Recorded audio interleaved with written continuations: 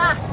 ប្រជាជន1000នាក់ចាប់ពាក់រត់ចាប់ពាក់បរទេស90ហើយខ្ញុំប្រាប់90ហើយអូនខ្ញុំប្រាប់មានប្រជាជនណាមួយដែលអត់ចាប់ពាក់បំណុលគេទេរាល់ថ្ងៃហ្នឹងហើយរកស៊ីអីធ្វើម៉ែធ្វើអីគេកូនចៅដើរហត់ដើរជុកមក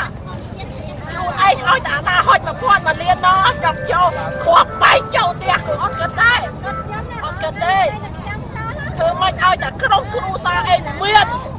ឲ្យតែក្រុមគ្រួសារឯងមានក៏ប៉ះហោះជិះប្រជាជនគឺវេទនាមិនវេទនាទៅអញមិនឈឺក្បាលអត់ឈឺក្បាលតែខាង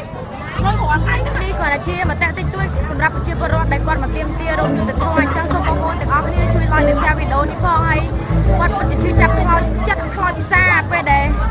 គាត់និយាយទៅខ្ញុំពិបាកនិយាយខ្ញុំចង់អួតដើមគាត់ជំនួសគាត់អញ្ចឹងសូមបងប្អូនទាំងអស់គ្នាជួយ like និង share វីដេអូនេះផងអរគុណ